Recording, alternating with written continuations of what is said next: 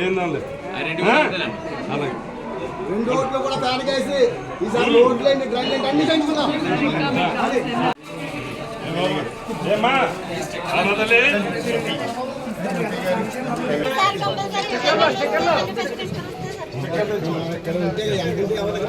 అంటే వెనకాల మాడకండి ఆయన చెప్పను ఒక నిమిషం ఏంటండి సంతోషం జగన్ గారికి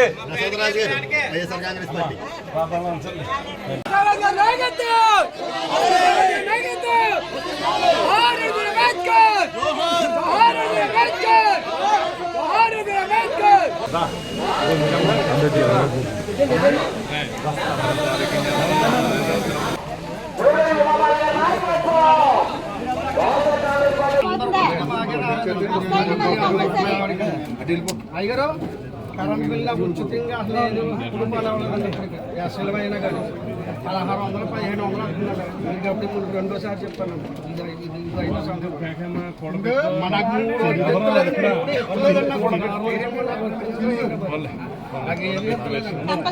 నేను మాట్లాడుతాను మీటర్ కూడా ఎవరంటున్నా 1600 కడుతున్నాను నేను. మీ అబ్బాయి 18 ఏళ్ళు కట్టాను ఇదే వస్తారన్న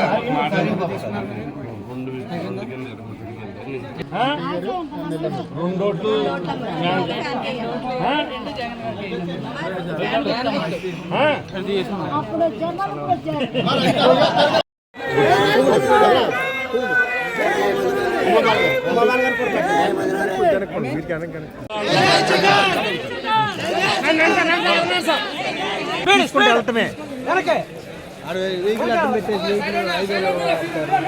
గొంది గ్రామం నుంచి ఎన్నికల ప్రచారానికి శ్రీకారం చుట్టున్నాం. ఎందుకనంటే మొన్ననే నరసాపురం పార్లమెంట్ నియోజకవర్గ అభ్యర్థిగా గూడూరు రమాబాల గారిని, అలాగే నరసాపురం అసెంబ్లీకి నన్ను సీఎం గారు వైఎస్ఆర్ పార్టీ అభ్యర్థులుగా అనౌన్స్ చేయటం జరిగింది. ఈ నియోజకవర్గ ప్రజలందరి తరఫున వారికి హృదయపూర్వకంగా కృతజ్ఞతలు తెలియపరచుకుంటూ, మరి ఈరోజు నరసాపురంలో గొంది గ్రామం నుంచి ఎన్నికల ప్రచారాన్ని మరి పార్లమెంట్ అభ్యర్థి ఉమాబాల గారు అలాగే నేను కూడా ఇక్కడి నుంచి ప్రచారాన్ని మొదలు పెట్టున్నాం.